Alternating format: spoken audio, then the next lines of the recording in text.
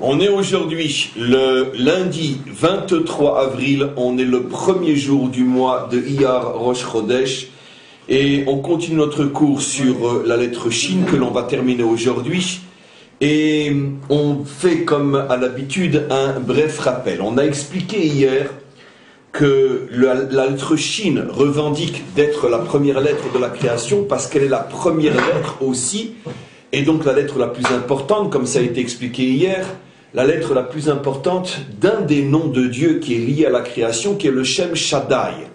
Et donc, puisqu'elle est la première lettre et la lettre la plus importante de ce nom, c'est donc normal que le monde soit créé par elle parce qu'elle représente quelque chose de fondamental. Et que représente-t-elle? On a expliqué hier encore une fois, à titre de résumé uniquement, pour ceux qui veulent comprendre plus profondément, bien sûr on les renvoie au cours d'hier, mais elle explique que le nom Shaddai signifie que Hachem est intervenu dans son monde pour lui donner des limites, pour le contenir.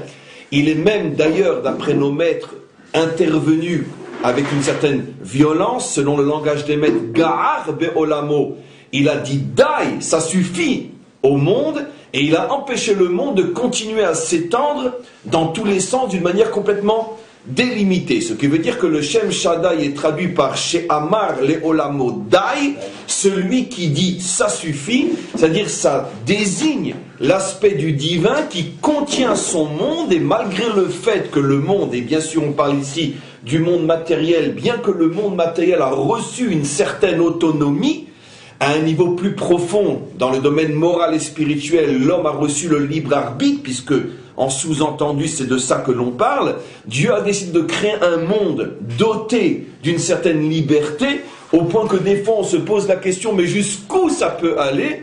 Et parfois, et trop souvent, on se pose la question, plutôt, on arrive à la constatation que mais ça va trop loin, ça a dépassé toutes les limites. N'oublions pas qu'il y a seulement quelques jours, on commémorait Yom HaShoah, ce qui veut dire que le monde est doté d'une capacité d'expansion et de dépasser toutes les limites, mais malgré tout, le monde a été créé selon le principe du nom Shaddai, c'est-à-dire que quoi qu'il en soit, d'une manière ou d'une autre, au moment et à l'endroit où Hachem l'aura décidé, tout s'arrête et d'une certaine manière, le train qui avait déraillé se remet sur les rails. C'est sûr que, vu côté homme, on a trop souvent, comme je l'ai expliqué, le sentiment que ça fait longtemps que ça a déraillé et ça ne pourra plus jamais se remettre sur les rails, mais on s'aperçoit d'une manière stupéfiante que malgré tout, ça se remet sur les rails. C'est vrai que le train a terriblement déraillé la semaine dernière, Yom HaShoah, mais c'est vrai que le train avance à toute vitesse et de manière extraordinaire dans 2 jours, Yom Ha'atzmaut. Et donc, c'est ça l'histoire. C'est-à-dire que, encore une fois, il y a, et jamais cette règle n'a été infirmée dans l'histoire, même s'il y a une expansion, il y a toujours un moment où Hachem dit « Dai, ça suffit », et il reprend les choses en main, et il remet le train sur le rail. Ce qui veut dire que c'est donc l'argument du Shin, pourquoi je ne serai pas la première lettre de la création. Avant d'aller plus loin et continuer le cours d'hier, je continue le résumé. On a expliqué que dans le nom Shaddai, il y avait donc She'amar le'olamo Dai, celui qui a dit à son monde ça suffit, et on a remarqué que ça suffit en hébreu se dit Dalet Yud, Dai, et on a remarqué dans la suite du cours que ces 2 lettres-là étaient 2 lettres extrêmement importantes parce qu'elles désignaient, elles représentaient les 2 composants essentiels de la création, le corps et l'âme. Puisque l'essentiel de la création, c'est bien sûr l'homme, donc automatiquement, dans l'homme, on doit retrouver les composants, les structures les plus importantes. L'homme est essentiellement composé d'un corps et d'une âme. Le corps représenté par la lettre Dalet, puisque le corps est matériel, et tout ce qui est matériel est composé de 4 éléments fondamentaux, qui sont le solide, le liquide, le gaz et l'énergie, ou minéral, végétal, animal et humain. Et donc, comme on l'avait expliqué aussi, pas seulement dans l'homme, mais dans l'espace, dans le temps, les 4 points cardinaux, les 4 saisons, etc. Donc, Dalet, qui a pour valeur numérique 4, représente la dimension matérielle dans l'homme, le corps. C'est aussi la raison pour laquelle le mot Dalet signifie aussi pauvreté, parce que la matière en tant que telle est pauvre, si elle n'a pas l'intelligence et à plus forte raison l'âme pour l'habiller et la diriger, la matière est profondément inerte, profondément, on pourrait dire morte, elle n'a pas de vie, c'est l'âme qui donne à la matière la vie. Et donc, à côté du Dalet, Dai, se trouve le Yud, qui est la plus petite des lettres et qui est en haut, qui fait, comme on le sait, allusion à tout ce qui est dimension spirituelle dans la Torah, puisque les lettres sont des codes. C'est la raison pour laquelle le Yud est la première lettre du véritable nom divin, Yud Ke Vav Ke. C'est la raison pour laquelle il y a 10 commandements, puisque Yud a pour valeur numérique 10. C'est la raison pour laquelle pour qu'il y ait une véritable prière communautaire, il faut 10 juifs. Et c'est la raison pour laquelle le Yehudi, le juif, s'appelle Yehudi, dont la racine c'est Yud, qui fait donc allusion au fait que le juif est le représentant de Dieu sur terre, le fils de Dieu sur terre, comme la Torah le dit, Béni Bechori Israël, vous êtes mon grand-fils, dit Hachem à Israël. Donc, ces deux lettres Dai, qui veut dire ça suffit, font aussi allusion au fait que l'homme est doté d'un corps et d'une âme. On comprend quel est le lien entre ça suffit, là je rajoute des choses par rapport à hier, on comprend quel est le lien entre ça suffit et l'allusion au corps et à l'âme. C'est comme si Dieu disait à l'homme, si je ne t'avais pas donné les forces et les moyens de faire ma volonté et de ne pas détruire mon monde, je pourrais comprendre à l'arrière que tu n'as pas d'autre choix que le détruire. Mais je t'ai donné Dai, je t'ai donné le Dalet qui est un corps, je t'ai donné le Yud qui est une âme, je t'ai donné tous les moyens de réussir et de ne pas détruire mon monde, donc réussis et construis mon monde. Qu'est-ce qu'on a expliqué hier? On a expliqué hier que le travail de l'homme va être de prendre ces deux lettres séparées, puisque la potentialité, le corps et l'âme est donnée à l'homme, mais l'homme doit maintenant organiser, réaliser cette potentialité et en faire une seule lettre. Qu'est-ce qu'il va faire? Des deux lettres séparées qui sont le Dalet et le Yud, il va faire une seule lettre qui est le He. Comment est composé un He? C'est le génie de notre langue codée, c'est pour ça qu'on l'appelle la langue sainte. Il n'y a aucune langue au monde n'a autant de sagesse dans les moindres détails de chaque lettre. Donc on prend le Dalet et le Yud, on fait descendre le Yud, on le met à la hauteur en bas du Dalet et on a la forme du He.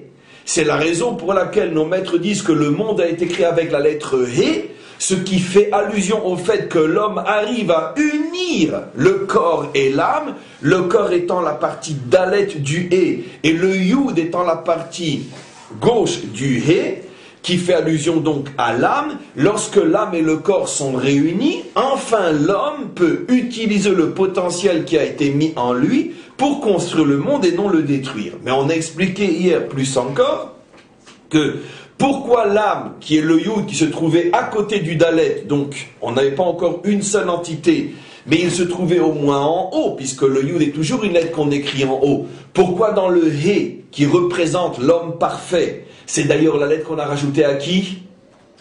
À Abraham. C'est le fameux He qu'on a rajouté à Abraham lorsqu'il est devenu l'homme parfait. Qu'on a d'ailleurs rajouté aussi à Sarah, qui s'appelait Sarah, et elle s'appelait Sarah avec un E. Donc c'est le signe de la perfection humaine, l'union entre le corps et l'âme. Mais pourquoi le Yud qui était en haut, puisqu'il désigne le ciel, il désigne l'âme, pourquoi se trouve-t-il en bas? Il se trouve en bas parce qu'on a expliqué que tout le but de l'homme n'est pas uniquement d'unir le corps et l'âme, mais de dévoiler l'âme en bas dans ce monde matériel. C'est-à-dire de montrer que ce monde matériel peut être le réceptacle du divin, et que justement, contrairement à ce que l'on pourrait croire, qu'il y a séparation, coupure, impossibilité de branchement et de connexion entre le spirituel et le matériel, c'est pour ça qu'au départ, ça se présente comme deux lettres, l'une à côté de l'autre.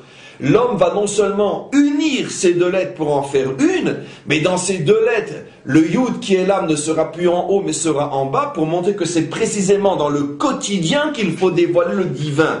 Pas seulement à la synagogue, pas seulement dans le centre d'études, pas seulement dans un cours, pas seulement dans une fête, pas seulement le Shabbat, pas seulement au moment où on fait une mitzvah, mais précisément dans la vie de tous les jours, lorsque tu es au travail, lorsque tu es dans la rue, lorsque tu t'occupes de choses entre parenthèses profanes, c'est précisément là qu'il faut dévoiler le Yud, qu'il faut dévoiler l'âme, qu'il faut dévoiler le divin. C'est ce qu'on a expliqué hier. On a parlé aussi du fait que le nom Shaddai se trouve aussi à l'entrée de la maison, à la porte, donc la mezouza, en expliquant ce que cela signifiait aussi, je vous renvoie au cours d'hier. Après, il a expliqué que la raison pour laquelle Hachem ne voulait pas créer le monde avec le Shin, c'est parce que si le Shin est la première lettre du mot Shaddai, c'est aussi la première lettre du mot Sheker, ce que le Matok Midvash appelle le Ziouf, la substitution, la falsification, Sheker le mensonge. Selon le principe bien connu, qui est expliqué plus dans les détails hier, que le mensonge ne peut pas se construire s'il n'a pas au départ une base, ce qu'on appelle un yesod, un fondement de vérité, parce que tout mensonge, disent nos maîtres, qui ne s'enracine pas dans la vérité, ne peut pas vivre et survivre, il est très très très vite démasqué. Si un mensonge veut durer et perdurer, il a intérêt à s'enraciner dans des fondements de vérité. C'est ce qu'on a expliqué hier, que qu'est-ce que c'est un vrai mensonge? C'est une maison de mensonges sur les fondements de la vérité. Et donc automatiquement, qu'est-ce que dit Rashbi? C'est que le Shin est la lettre particulière, bien qu'elle représente quelque chose d'extraordinaire. Le Shin est la lettre, on pourrait dire, privilégiée du mensonge. Le mensonge récupère cette lettre pour se fonder et se construire, et c'est pour ça qu'on voit d'une manière géniale et extraordinaire qu'en hébreu, comment se dit mensonge? Sheker, la première lettre est le fameux Shin, qui en soi est une lettre extraordinaire, qui va servir de fondement au mensonge, et les deux lettres qui suivent, le Kouf et le Resh, sont des lettres qui font allusion justement au véritable mensonge, plutôt selon les termes du Zohar à la falsification, ou plus encore à la substitution. Le Kouf et le Resh se servent du Shin pour fonder la substitution. On avait commencé à expliquer hier aussi et pourquoi et comment, et là on est rentré à nouveau dans le secret fantastique de ces deux lettres. Le Kouf va représenter une falsification d'un côté, et le Resh va représenter une falsification d'un autre côté. On ne fait qu'une révision aujourd'hui, mais j'ai décidé de la faire parce que je me suis rendu compte, en me répétant le cours à moi-même, que hier de telles notions inimaginables avaient été dites, que c'était impossible d'être contenu uniquement dans un cours, et même dans 10 cours, ça ne suffirait pas encore. Donc au moins dans 2 cours. Et donc, quelle est la falsification représentée par le Kouf et quelle est celle représentée par le Resh? On voit quelque chose d'extraordinaire. Le Zohar explique que le Kouf en vérité est un Hé, véritablement un Hé, toutes les formes du Hé, avec une petite anomalie, c'est que le pied de gauche, en bas, qui est le fameux Yud de Dai, qui représente l'âme qu'on a fait descendre dans ce monde, donc l'âme descendue dans ce monde va descendre un petit peu plus, au-dessous du sol, au-dessous de la base, et va descendre vers le bas. Qu'est-ce que c'est un Kouf? C'est un Hé dont le pied gauche descend plus bas, au-delà du pied du Hé. Donc qu'est-ce que c'est un Kouf? C'est un Hé avec un pied gauche trop long. Donc l'anomalie ici, elle est du côté gauche, bas, en longueur vers le bas. Et qu'est-ce que le Zohar explique? Le Resh, c'est quoi? C'est un Dalet auquel on a coupé quelque chose. Le côté haut, droit. Comment s'écrit un Dalet? Comme un Resh, avec une petite pointe sur le côté droit, haut. Cette petite pointe représente un Yud, et le Resh, c'est donc un Dalet auquel on a enlevé cette petite pointe. Ce qui veut dire qu'il y a quelque chose d'extraordinaire entre l'anomalie du Kouf par rapport au Hé, ou l'anomalie du Resh par rapport au Dalet, c'est que c'est à l'inverse, exactement le contraire.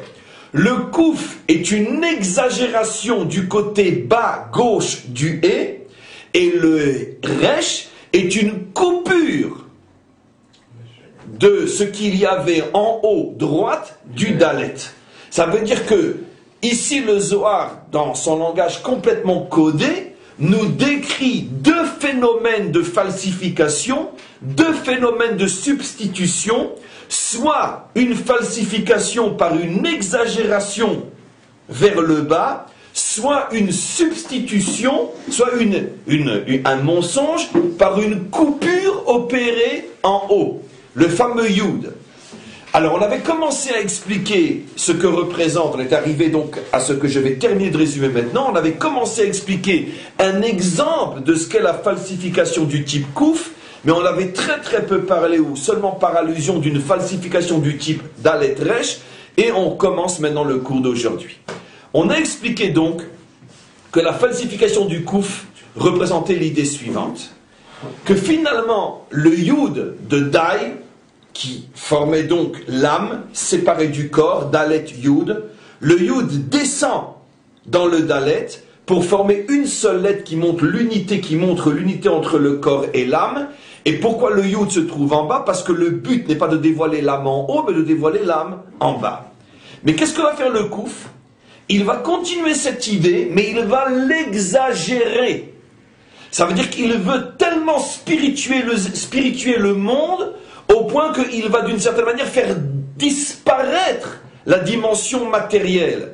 Ça veut dire que finalement la spiritualité va prendre trop de place, elle va devenir d'une certaine manière une dictature, elle va devenir un véritable fascisme où la religion s'impose complètement à l'homme jusqu'au point finalement de prendre trop de place, cette exagération du pied qui descend.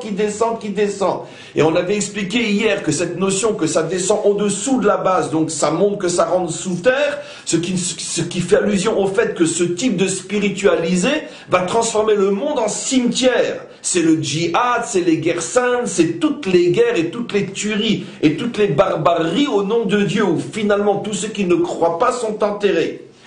Et donc, qu'est-ce que cela signifie à un niveau beaucoup plus profond? Que le Kouf donc représente une exagération de la présence de Dieu sur terre au point que ce n'est plus viable. On avait donné l'exemple hier que la Torah conçoit la peine de mort, mais dans la réalité, la loi fait tout pour qu'elle soit pratiquement impossible, inapplicable, au point que nos maîtres disent qu'un tribunal qui condamnerait à mort plus qu'une fois tous les 70 ans est considéré comme un tribunal sanguinaire. Alors on avait posé la question, mais alors si de toute façon c'est pratiquement impossible, je vous renvoie au cours d'hier où j'ai expliqué dans les détails pourquoi c'était impossible. Mais si c'est de toute façon impossible, alors pourquoi le dire? La Torah serait-elle théorique? Alors la réponse est que non. Parce qu'il y a une construction au niveau des idées et il y a une construction au niveau des actes. Au niveau des idées, il est extrêmement important de savoir où est la vérité pour ne pas avoir une confusion de valeurs et dévier dans du n'importe quoi. Tout le monde il est beau et tout le monde il est gentil. Donc c'est important que la Torah nous dise qu'il y a des fautes qui ne sont pas pardonnables et qui méritent véritablement une punition jusqu'à la mort, parce que ça construit d'une certaine manière la moralité d'un homme où il prend conscience qu'on ne joue pas dans ce monde et qu'on est responsable de ce que l'on fait jusqu'à, d'une certaine manière, perdre sa vie si on choisit de faire des choses qui sont tout à fait inacceptables. Mais malgré tout, dans la réalité, la Torah met tellement de barrières entre la faute et la condamnation à mort, parce qu'elle veut nous montrer que, attention, quand on descend dans le domaine du concret, il ne faut pas doter l'homme de cette arme trop facile de la peine de mort, parce que quand les hommes se permettent de commencer à tuer au nom de Dieu, ça devient la pire des saloperies qui est possible d'exister sur terre. Et donc automatiquement, la pensée va dans le sens de oui, l'homme est responsable et oui, l'homme est punissable, mais dans les détails, pour ne pas justement doter l'homme, pour ne pas lui donner le pouvoir de se servir de cette force au nom de Dieu pour devenir un véritable tyran, un véritable dictateur, c'est la raison pour laquelle donc, sur le terrain, on ne lui a pas donné la possibilité de mettre en pratique cette idée. Comment l'homme va se construire ? Il va donc se construire de manière, on pourrait dire, extrêmement équilibrée et équilibrante. Il voit clair au niveau de ses idées, mais il se limite au niveau de ses actions, parce que justement il a conscience, l'homme, que s'il est doté de trop grande force, il risque de dévier. C'est ce que représente donc le hé au niveau de sa base. Qu'est-ce que représente le kouf, encore une fois ? C'est-à-dire cette base qui exagère et qui descend, qui descend, qui descend, qui descend. Ça représente donc le fait... On a oublié d'éteindre le téléphone. Ça représente donc le fait que l'homme ne veut pas se limiter à l'idée, il veut l'appliquer jusqu'au bout, et c'est pour ça qu'on en arrive à des abominations terribles, comme j'ai expliqué hier, le fait de lapider jusqu'à aujourd'hui encore, au nom de Dieu, une femme adultère. C'est ça le kouf, cette exagération de la spiritualité dans ce monde. Maintenant, qu'est-ce que c'est le resh? Le resh qui est en vérité le dalet. Vous allez me tuer aujourd'hui, c'est un autre téléphone, j'arrête tout.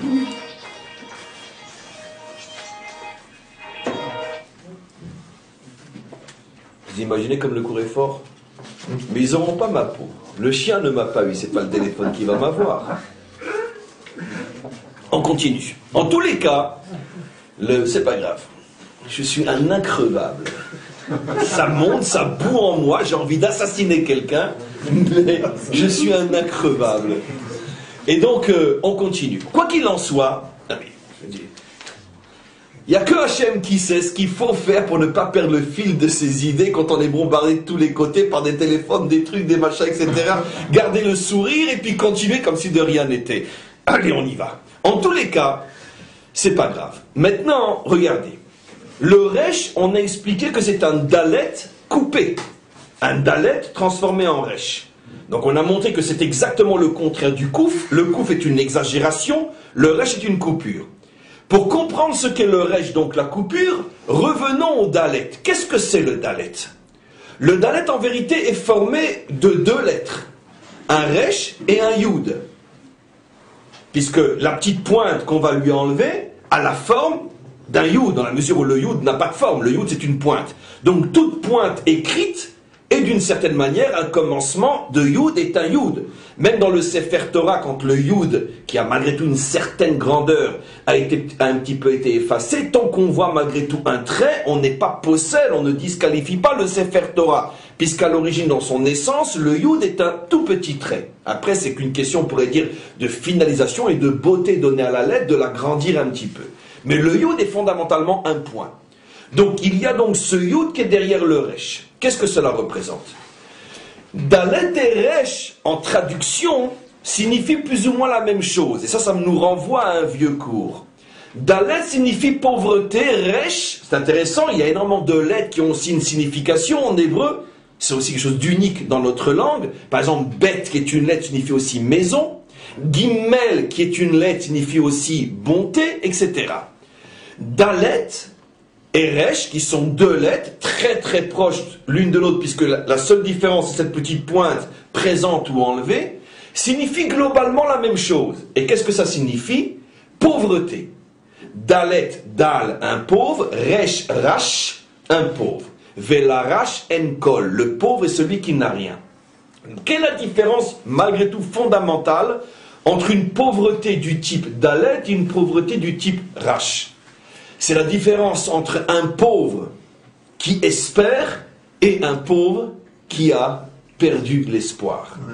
C'est la différence entre celui qui est éprouvé, celui qui manque, celui qui n'a pas, mais qui continue de toutes ses forces à s'accrocher en se disant soit j'aurai, soit même si je n'ai pas, je ne sombre pas dans le désespoir et la tristesse, parce que je prends conscience que de toute façon ma situation fait partie d'un projet qui est fondamentalement pour mon bien, ou le rash est celui qui dit je n'ai pas et je n'aurai jamais, ou je n'ai pas et je ne m'y ferai jamais.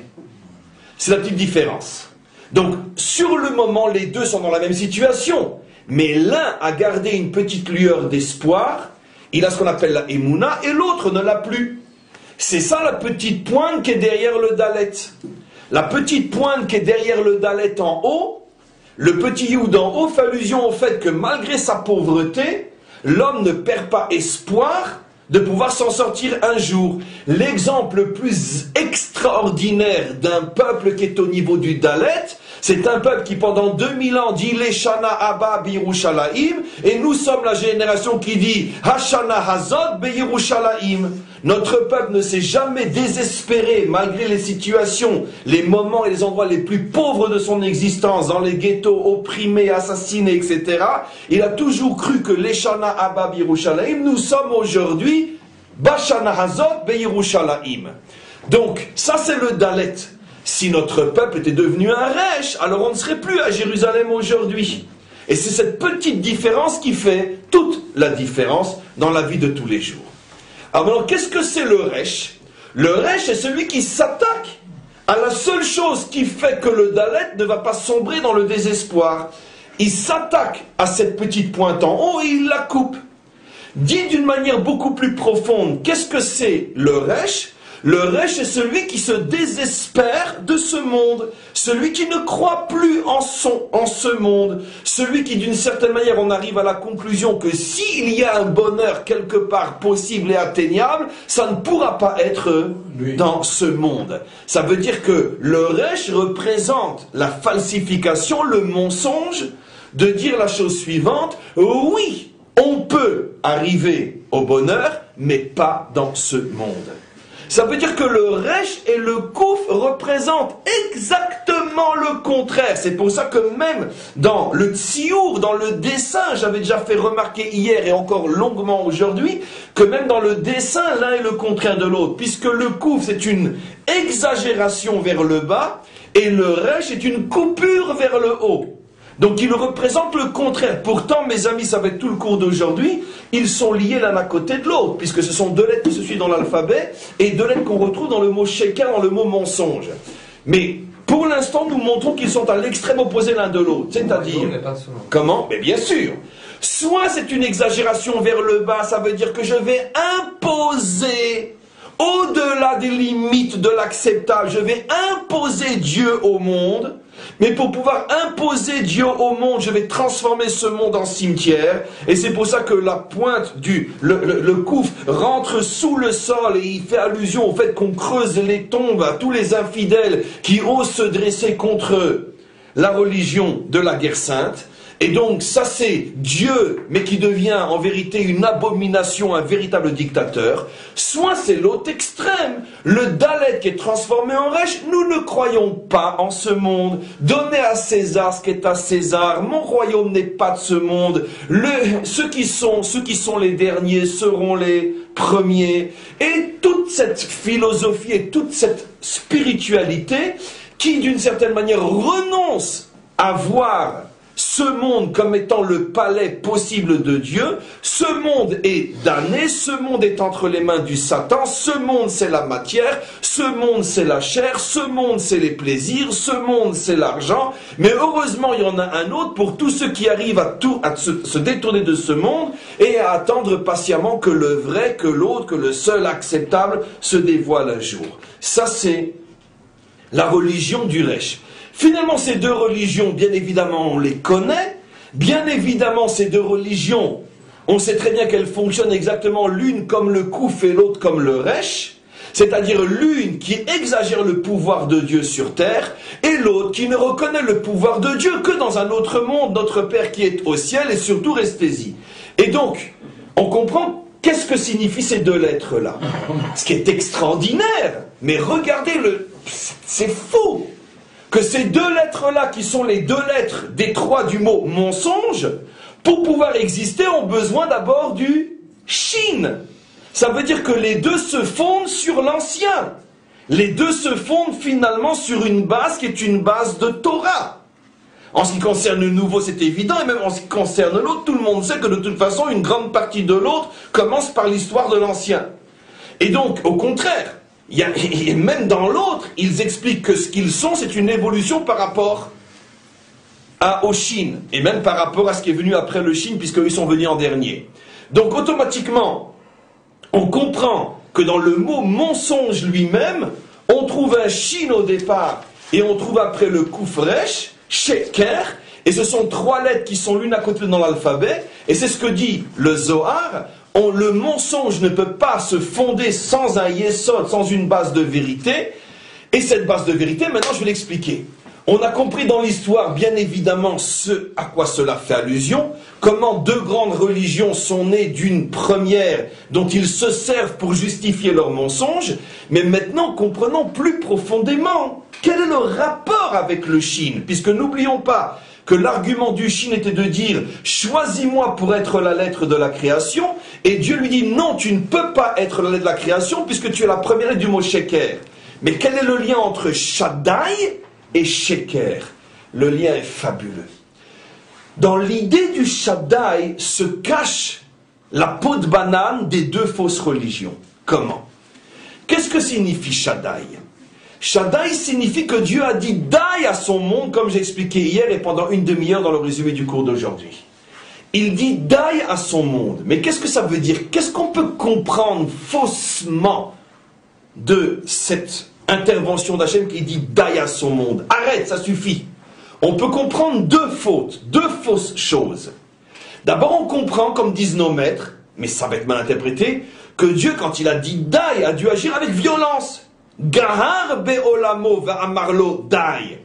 Il s'est mis en colère contre son monde, il lui a dit, ça suffit. De là va naître une falsification spirituelle qui est de dire quoi? Vous voyez bien que pour que le monde arrête de se comporter n'importe comment, il faut agir avec violence. Il y a à Tzor, dans une des villes du Liban, ça s'est passé hier, il y a des restaurants et des cafés, etc., peu importe, qui permettent aux consommateurs libanais de boire de l'alcool, mais c'est pas grave, on dissimule là-bas une bombe et tout le monde va sauter. Ça s'est passé hier. Et donc, c'est ça. Vous voyez bien, qu'est-ce qu'il y a de mal? Mais non, vous voyez bien que Dieu, lui, il demande d'agir avec violence. Vous ne voulez pas l'écouter, on vous a dit, nous, on ne boit pas d'alcool, vous voulez boire de l'alcool, on fait sauter tout le monde. Vous n'en burez plus jamais, vous n'en burez plus jamais. Bon, c'est un exemple ridicule par rapport à tout ce qui se passe, mais j'ai pris celui qui s'est passé jusqu'à quelques heures. C'est comme ça que ça fonctionne. Donc, à quel niveau s'enracine cette vision du monde? Ben, dans le fait que Shaddai, que Dieu a dit au monde, ça suffit, et avec une certaine violence. Ça veut dire que justement, c'est ce qu'explique Rashbi. Le mensonge se sert de la vérité pour fonder son mensonge. C'est vrai que Dieu a dit à son monde, ça suffit avec une certaine rigueur et force. Mais ça ne veut pas dire forcément pour ça que celui qui boit de l'alcool, on doit le découper en morceaux. Il y a une limite. Maintenant, d'un autre côté, évidemment que tu ne peux pas non plus tout laisser faire et tout le monde il est beau, tout le monde il est gentil, on arrive à l'autre extrême comme on va voir. Mais le juste milieu qui est de prendre le youd, le mettre en bas, mais ne pas le laisser exagérer vers le bas, ce juste milieu n'est possible que dans la Torah. C'est pour ça que le chiffre, la lettre He, qui a pour valeur numérique 5, fait allusion aux 5 livres de la Torah. Dès qu'une religion n'a plus la Torah et uniquement elle, elle va dévier soit du côté du Kouf, soit du côté du Resh. Et donc c'est pour ça qu'on fait sauter un restaurant, comme ça plus personne ne consommera d'alcool. Donc, et c'est donc encore une fois lié à la lettre Shin. Dieu dit au Shin, dans la mesure où tu évoques une certaine force, une certaine violence, j'ai peur qu'entre les mains des hommes, cette force et cette violence va être complètement déviée et abominasée, ou tout ce que vous voulez, et donc automatiquement, c'est vrai que je ne veux pas cautionner ce qui de toute façon va se passer, parce que même en ne créant pas le monde avec la lettre Shin, l'homme s'est emparé du Shin en fondant des religions monstrueuses qui massacrent à droite et à gauche, et donc automatiquement dit Hachem, moi je ne veux pas cautionner cette chose-là, je ne te laisserai pas être une lettre utilisée pour créer mon monde, parce que sinon, alors, non seulement les hommes vont continuer à agir en mon nom avec violence et terroriser ceux qui ne suivent pas, entre parenthèses, le bon chemin, mais en plus, ils vont dire que je suis d'accord avec eux, puisque j'ai choisi cette lettre-là pour être la première de la Torah. Ça, c'est donc la première déviation possible au niveau du Shin. Quelle est l'autre déviation possible? Le fait que Dieu a dit Dai à son monde fait aussi allusion à une autre forme de déviation. Ça veut dire que finalement, Dieu ne supporte pas ce monde matériel. Il se retire, ça suffit, limite-toi. Donc ce monde matériel, finalement, on le limite. Donc si on le limite, jusqu'où on va pousser la limite, on peut aussi ne pas se marier, on peut aussi, etc., etc., etc. On peut aussi vivre dans un monastère, on peut aussi, etc. Et on peut aussi dire que finalement, Dieu n'est pas de ce monde. Puisque de toute façon, il a dit Daï, il n'en veut plus de ce monde. C'est comme ça que c'est compris, bien sûr. Ça veut dire qu'on voit que dans le Shaddai, il y a justement la peau de banane aux deux religions.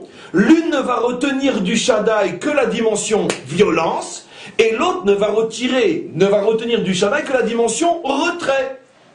Et c'est comme ça que se fondent deux religions, qui sont Sheker, qui sont un mensonge, qui ont, on peut dire, profité d'une déformation, d'une mauvaise interprétation de ce que signifiait le Shin, pour former soit la religion du Kouf, soit la religion du Resh. On comprend donc des choses inimaginables. Toute l'histoire du monde est dans ce cours, et on va continuer encore un petit peu. Pourquoi c'est dans ce sens-là? Parce que pourquoi c'est pas Sherek, Sheker et... Bien sûr, Razak, vous avez deviné ce que, à l'instant, j'allais commencer comme partie du cours. Donc finalement, comment est écrit le mot Sheker, mensonge, Shin, qui fait allusion à la lettre de vérité, récupérée par les deux lettres du mensonge, qui sont le Kouf et le Resh. Mais, dans l'ordre du mot mensonge, Kouf Resh, le Kouf est avant le Resh. Or, selon l'alphabet, puisqu'on vient du Tav, Tav, Shin, Resh, Kouf, le Resh aurait dû être avant le Kouf. D'accord? Le Resh aurait dû être avant le Kouf. De plus, dans l'histoire, la religion du Resh est venue avant la religion du Kouf. Donc, normalement, pour dire mensonge, on n'aurait pas dû dire Sheker, mais on aurait dû dire Sherek. Shrak. C'est aussi un mot en hébreu, Shrak. Shrak, non. Il y a aussi, à part Shrek, bien sûr, il y a aussi Shrak. Oui, siffler. Lishrok. Siffler. Et ce qui est extraordinairement intéressant, sinon je n'aurais pas fait une déviation linguistique, c'est que le sifflotement est l'un des signes de la délivrance, comme il est dit dans le verset. Et je vous sifflerai pour vous ramener des quatre coins de la terre, d'où le sifflement du rabbi, qui fait allusion à ce verset. Où pendant presque une demi-heure, tout le monde se met à siffler dans le 770. Il fait allusion à ce verset, et je sifflerai pour vous ramener des quatre coins de la terre. Pourquoi siffler? Donc, parce que c'est intéressant. Ça fait allusion effectivement à Sheker, Shrek. On est toujours autour de ce problème-là. Donc on va répondre à cette question aussi. Parce que c'est pas qu'il va nous siffler, mais ça fait allusion à un tikkun dans ces trois lettres qui sont le Shin, le Kouf et le Resh. Mais là, dans le mot Lishrok, le Resh est dit avant le Kouf selon l'ordre normal. Mais normalement, puisque ça fait allusion au Kouf et au Resh que l'on connaît, on aurait dû donc écrire mensonge, puisque dans l'histoire, le mensonge se dévoile comment? D'abord le Shin qui est la Torah. Après, la Torah est remplacée, substituée par la religion du Resh. Et après, le Resh lui-même va subir ce qu'il a fait au Shin. Va venir le Kouf qui va dire on n'a plus besoin ni du Shin ni du Resh. Le Kouf suffit à lui tout seul. Donc pourquoi c'est Sheker alors qu'en vérité c'est Sherek? Bien qu'encore une fois, dans le verset qui parle de la délivrance, on fait allusion à Sherek et non à Sheker. Donc ça, ce sont des mystères absolument incroyables. On va expliquer. Si on prend rien que ces deux lettres, le Resh et le Kouf, ces deux lettres, selon que je mets le Kouf avant le Resh ou le Resh avant le Kouf, forment deux mots extrêmement significatifs dans notre Torah. Si tu mets le Kouf avant le Resh, ça fait Kar, et le froid, Kar signifie froid. Ça fait allusion à qui? Qui nous a refroidi? Amalek. Asher karcha baderer, il est venu te refroidir en chemin, dit Rashi. Rashi dit karcha, il t'a refroidi. La racine du mot karcha c'est kar, il t'a refroidi. Le kouf est avant le resh. Donc quand le kouf est avant le resh, ça fait allusion à Amalek. Et où trouve-t-on l'autre mot quand on met le resh avant le kouf? Ça fait quel mot? Rek. Où est le mot rek fondamental dans la Torah? Ou Yosef. On l'a jeté dans un bord, V'abor rek et bomayi. Gam amrek. Comment? Le puits était rek, il n'avait pas d'eau. Je réexplique pour tout le monde.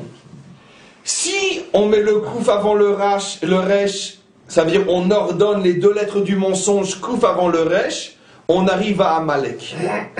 Si on met le resh avant le kouf, on arrive à rek. Vide, qui fait allusion à Yosef qui est jeté dans un puits vide.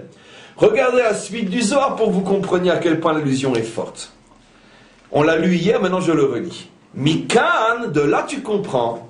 Man debaye le mimar shikra, celui qui veut dire un mensonge. Yitol yesoda de kashut bekadmita. Il doit s'emparer du yesod avant. Le yesod c'est le shin. Ou le batar yokim le shikra. Et seulement après il peut construire son mensonge.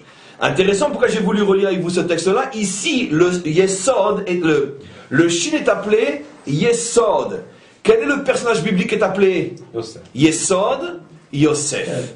Et donc, le shin qui est pris par le koufresh, c'est donc Yosef, qui est yesod, le fondement, qui est jeté dans le puits qui s'appelle Rek.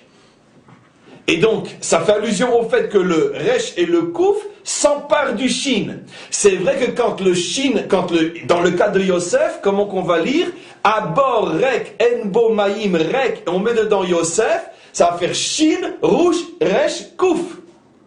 Donc, le Resh, Kouf fait allusion à ce que dit le Zohar ici, quand on s'empare du Shin en tant que Yesod. Vous allez voir tout à l'heure que le même Rashbi va dire que le Shin fait aussi allusion à autre chose qui sont les trois pères. Parce que le Shin a combien de branches? 3 branches. Chacune des branches représente un Yud. Et chacun des Yud correspond à Abraham, Yitzhak et Yaakov. Donc une fois, pour l'instant, le Zohar dit que le Shin fait allusion à Yosef, Yesod, et plus tard on va voir que le Shin fait allusion à Abraham, Yitzhak et Yaakov. En vérité, le Zohar fait allusion à ce que j'explique. Quand on parle du mensonge sous la forme Resh, Kouf, Rek, ça fait allusion au Shin en tant que Yosef, Yesod. Et quand on fait allusion au mensonge en tant que Kouf, Resh, Kar, Amalek, alors le Shin fait allusion aux 3 pères. Ce qui veut dire d'une certaine manière que Amalek combat les 3 pères et l'histoire de Yosef est un combat contre la Mida de Yesod, et on va expliquer, et je rentre plus dans les détails, parce que c'est d'une profondeur absolument infinie. En vérité, le fait que l'on retrouve cette histoire du Yesod, Yosef, le fondement, qui est jeté dans le puits qui s'appelle Rek, fait allusion à quelque chose d'extraordinaire. Comme on le sait, une simple révision sur des notions des milliards de fois expliquées. Tout problème que nous avons avec les nations n'est que le reflet, l'incarnation, la réalisation au niveau de l'histoire de problèmes qui commencent d'abord chez nous. Les premiers qui ont commencé à créer le mensonge que va devenir l'histoire et ses religions, c'est bien sûr à l'intérieur du peuple juif, laboratoire de l'histoire, que tous les essais se font, les bons et les mauvais. Avant de sortir un bon médicament qui va sauver le monde, la délivrance finale, on fait plein d'essais et des fois on crée des médicaments qui, si malheureusement ils sortaient vers le monde, ça pourrait tuer plus que ce que ça pourrait soigner. Et donc, dans ce laboratoire qui est Israël, sont créés toutes sortes de médicaments, dont la plupart sont à l'état nissioni, à l'état d'essai, jusqu'à ce qu'on arrive au bon qui est le Mashiach. Malheureusement, les nations sont impatientes et pressées, et elles rentrent dans le laboratoire, et ce qu'elles ne savent pas, c'est qu'il y a des médicaments qui sont là-bas empoisonnés, et elles se servent sans nous demander l'autorisation de ces médicaments-là en pensant que ça y est, elles ont trouvé le médicament Messie, et finalement elles s'empoisonnent et empoisonnent le monde. C'est un petit peu, d'une manière très simple, malheureusement, ce qui se passe. Mais en tous les cas, les bons et les mauvais médicaments se trouvent dans le laboratoire qui est l'histoire d'Israël. Et donc c'est exactement ce qui s'est passé avec la vente de Yosef. En vendant Yosef, les tribus d'Israël, qui sont donc le microcosme d'Israël, ont fauté, bien évidemment, et ont révélé un problème fondamental. En voulant se débarrasser de Yosef, les tribus d'Israël ont fait rentrer dans le monde un mauvais médicament qui, malheureusement, après va être repris par l'une des 2 fausses religions. Et dans le cas de Yosef, le Resh est avant le Kouf. selon d'ailleurs l'ordre de l'histoire, la première avant la deuxième. Le Resh qui représente la religion qui refuse de voir Dieu sur terre, et le Kouf représentant la religion qui impose Dieu sur terre. Et donc dans le cas de Yosef, le puits il est Rek, le Resh est dit avant le Kouf, selon l'ordre que l'on s'attendait à voir dans le mot Sheker. Pourquoi? Parce que justement,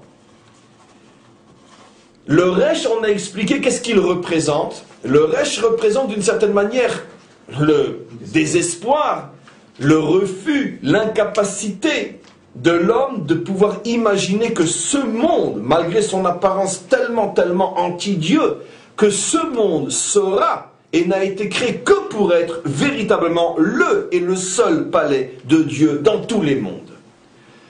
Et donc c'est ça le Resh. Donc on va le chercher ailleurs. On joue au chat et à la souris. Donc le Resh représente ça. En vérité, le problème des tribus contre Yosef était ce problème-là.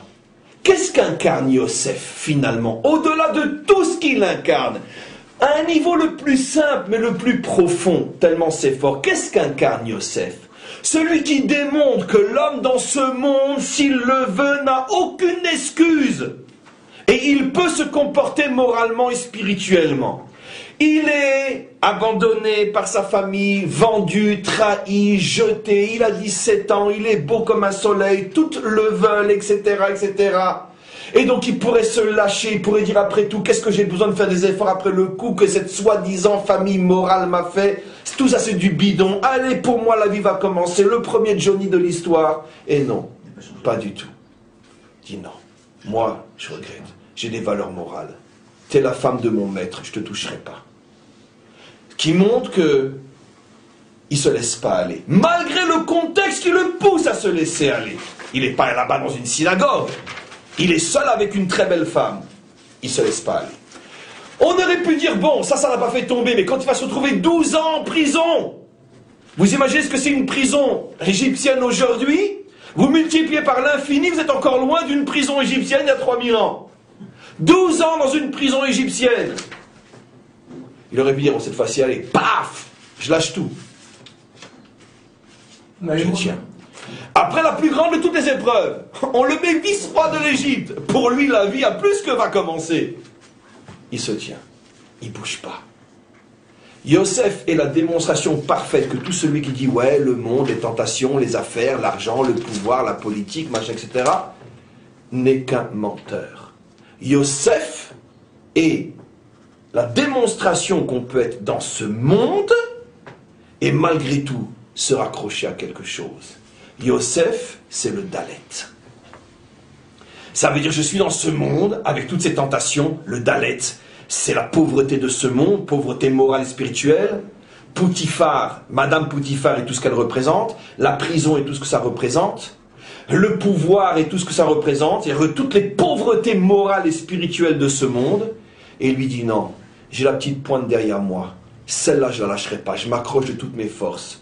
Ni les femmes, ni le désespoir, ni le pouvoir. Je reste accroché. Quand finalement ils l'ont jeté dans le puits, qu'est-ce qu'ils ont voulu montrer, consciemment ou non? Mais c'est impossible.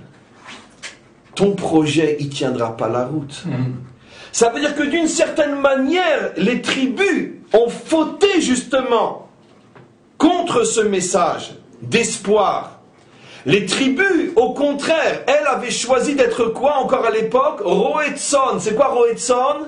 Des bergers. Pour vivre avec Dieu, il faut vivre en dehors du monde. On se met sur une colline, la flûte, les moutons nous laissent tranquilles, c'est pas casse-pied, c'est pas... Et là, on peut se consacrer à Dieu.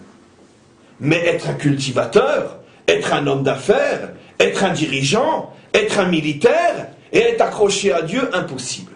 Donc quand Yosef, lui, qu'est-ce qu'il faisait avant de sortir dehors? Il faisait attention comment qu'il était coiffé, comment qu'il était habillé, il se parfumait un petit peu, il sortait comme ça, dandy, machin, etc. Il voulait montrer que Dieu, on ne le cherche pas seulement à la synagogue, on le trouve aussi sur son lieu de travail. Ça les rendait fous, ils disaient, mais on n'y arrivera pas, tu vas tous nous faire crever. Si on fait comme toi, qu'est-ce qu'on va faire avec nos secrétaires après? Elles vont nous faire tomber, donc mieux vaut pas de secrétaire, mieux vaut vivre avec des moutons. Et Yosef, lui, qui avait plein de secrétaires autour de lui, il les rendait fous. C'est ça, Yosef. Bien sûr. Et donc, j'ai dit, on va se débarrasser de toi. Parce que toi, tu es un danger. La religion, ça ne peut pas se vivre là où toi, tu veux la vivre. Ils ont voulu transformer le Dalet en Resh. Et pour bien le montrer, ils ont jeté Yosef dans le Rek. Voilà. Mais qu'est-ce que la Torah nous montre? Cette ironie incroyable de l'histoire. L'histoire, ou plutôt la nature, a horreur des extrêmes. Lorsque tu veux chasser Dieu de ce monde, eh ben, il va y revenir comme un véritable despote. Le Resh va se transformer en Kouf, Rek. C'est pour ça que la première religion est avant la deuxième.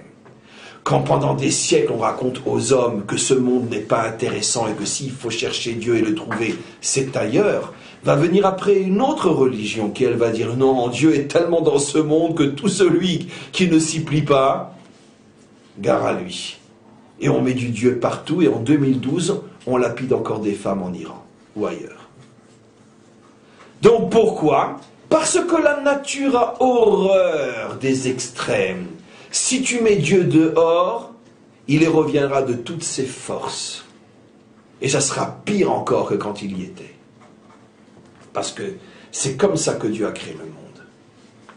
Donc finalement, on retrouve maintenant quel est le problème du Rek avec Yosef. Je vous signale que par rapport à nous aussi, on trouve ce phénomène, regardez, d'une manière extraordinaire. On s'aperçoit souvent, et c'est inévitable et incontournable, je dis souvent parce que ce n'est pas forcément toujours, que quand quelqu'un revient à la Torah, et que pendant longtemps il était très très très éloigné de la Torah, quand il revient dans les premiers temps, il a toujours tendance à être terriblement dur avec lui, avec son entourage, etc. Pourquoi? Parce que ayant été à une extrême, quand il revient, il n'arrive pas à trouver tout le juste milieu. Et il a tendance à aller à l'autre extrême. C'est ce à quoi fait allusion le Rambam en disant, lorsque tu as tordu une barre de fer dans un sens, tu ne peux pas la remettre droite tout de suite. Il faut d'abord la tordre dans l'autre sens et après seulement. Mais au moins, grâce au Rambam, on sait que dans les deux cas, ça s'appelle qu'on est tordu. Malheureusement, ce qui se passe aujourd'hui, c'est que très souvent, on pourrait dire cette orthodoxie extrémiste dans le judaïsme, n'est pas malheureusement perçu comme un judaïsme tordu par ceux qui sont tordus, mais au contraire comme le judaïsme modèle et exemplaire. Et donc retrouver le juste milieu n'est pas une chose qui est facile, mais ce qui est souvent le cas, c'est qu'une forme excessive de religiosité est une mauvaise réponse à quelque chose qui n'est pas mieux. C'est une forme excessive de laxisme et d'athéisme et de libéralisme.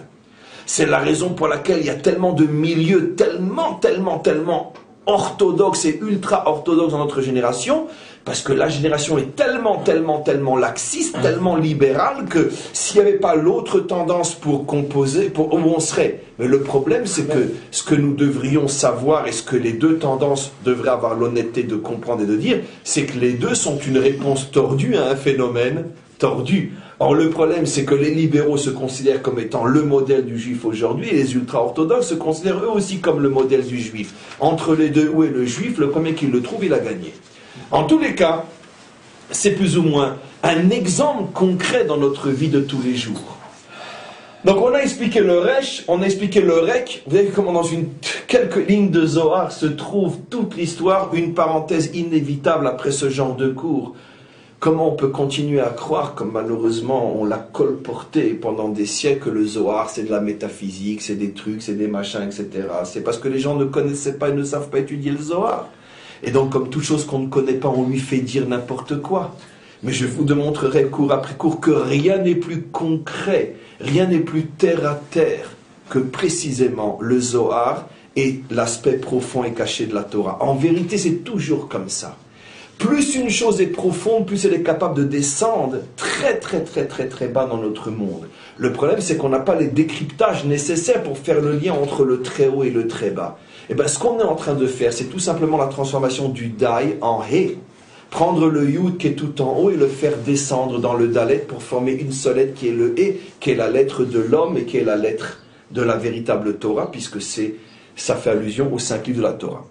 Donc, oui. Alors juste pour confirmer ce que vous dites, Manitou, dans une étude de la paracha justement de Yosef, du puits, il explique que c'est pas un hasard si, avec le personnage de Yosef, le christianisme a créé partout dans le monde des institutions qui s'appellent Yosef. C'est-à-dire, nous on appelle ça Beth Yosef, mais lui il explique que partout le christianisme a... Son père s'appelait Yosef. Oui, et puis il a créé des institutions qui s'appellent Yosef partout, il le voit partout en fait.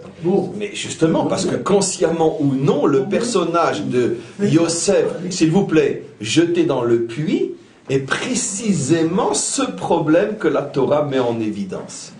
Et donc justement, tout ce qui est dévié et falsifié va s'enraciner dans Ben Yosef, dans le fils de Yosef, et de là on comprend que finalement c'est la meilleure manière de montrer, de faire comprendre dans quel genre de falsification s'enracine ce genre de modèle.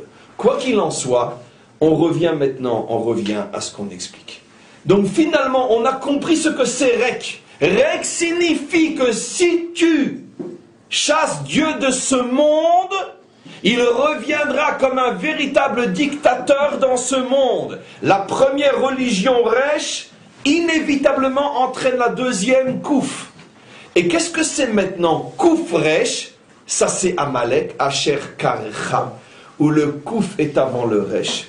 Et bien ça confirme tout simplement en fin de cours, là je pense d'un des plus grands chidushim qu'il m'a été donné de dire il n'y a pas si longtemps que ça, en démontant et en démontrant que contrairement à la tradition la plus répandue, comme quoi le véritable Amalek était d'origine édomique, on avait démontré, rappelez-vous ce cours, que la véritable dimension d'Amalek, celle qui ne se dévoilera véritablement que juste avant la délivrance, ne provient pas de Esav mais d'Ishmaël, et c'est la raison pour laquelle on a consacré 2 à 3 cours là-dessus, et c'est la raison pour laquelle Amalek c'est Karecha, le Kouf avant le Resh, pour nous faire comprendre que le dernier véritable combat d'Israël contre Amalek ne sera pas contre un Amalek édomite, mais contre un Amalek ishmaélite. Et c'est pour ça que le Kouf est dit avant le Resh. Vous vous rendez compte donc comment on a terminé donc presque, il nous reste 1 ou 2 minutes avec l'histoire donc des Havod, mais vous comprenez comment derrière ce mystère des lettres se cachent des choses absolument incroyables,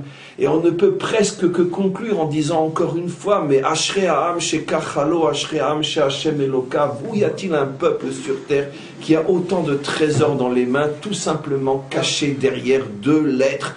On a fait la semaine dernière le Tav, aujourd'hui on a fait le Shin, on est simplement aux 2 premières lettres de la Torah, et toute l'histoire est déjà passée en revue. Qu'est-ce qu'on va pouvoir encore ajouter, imaginez-vous? Juste, comment? Dans le Coran, le Koufresh, Coran. Avec Noun. J'ai plus envie de rien rajouter après. Je ne sais pas comment j'ai fait pour ne pas y penser, mais c'est tout à fait normal, parce que c'est impossible que tout revienne à la même personne, c'est inimaginable, c'est fabuleux. Coran s'écrit en hébreu Koufresh. C'est inimaginable, c'est inimaginable, c'est inimaginable. C'est tout simplement inimaginable. C'est la couronne sur le cours. Donc, excuse-moi de continuer un petit peu, parce que c'est dommage de ne pas s'arrêter sur cette merveille, mais juste un instant, il nous reste juste à expliquer donc comment se fait-il que, donc on explique quand c'est un Resh Kouf, ça fait allusion le Shin en tant que Yosef, et quand c'est un Kouf Resh, Koran, ça fait allusion donc au Shin en tant que les 3 pères. On a déjà tout expliqué, puisque il suffit d'aller à Hebron pour comprendre quelle est la place des 3 pères dans le Coran, et on peut terminer le cours. Finalement, je ne l'aurais pas dit de cette manière-là, mais grâce à toi, tu termines toi le cours. Quel est l'un des endroits les plus sacrés de l'islam? C'est l'endroit où sont enterrés les 3 pères d'Israël. C'est à cet endroit-là, Hebron, que tout ce que dit Rabbi Shimon Bar Yochai est concrétisé, que finalement tout se fonde par la capture des 3 pères d'Israël. Ils sont à nous. C'est le fameux Shin capturé pour former après le mot Sheker, que Akadosh Baruch Hu Be'ezrat Hashem nous aide, nous donne la force et nous protège pour arriver jusqu'à la réalisation concrète de ce cours. Amen. Il y avait encore une question, excuse-moi. l'Iran, ce sont des Occidentaux qui se cachent derrière une façade de l'islam. C'est d'une certaine manière le chibour entre les deux, absolument. Ça revient à la petite corne, vous avez fait un texte. C'est le fameux cours sur la petite corne, la etc. grande corne qui est l'islam Absolument. traditionnel et la petite corne qui pousse. Qui est l'islam occidental, qui est le plus dangereux. Puisque tous les chiites ne sont pas des arabes. Les chiites ne sont pas arabes. Les Iraniens ne sont pas des arabes. Les Pakistanais, ou je ne sais pas, les Pakistanais, peu importe. Le Hezbollah ne sont pas des arabes, etc. Et donc, Bekitsour, on peut arrêter le cours d'aujourd'hui à cet endroit précis. Amen, Vechen Yiratson.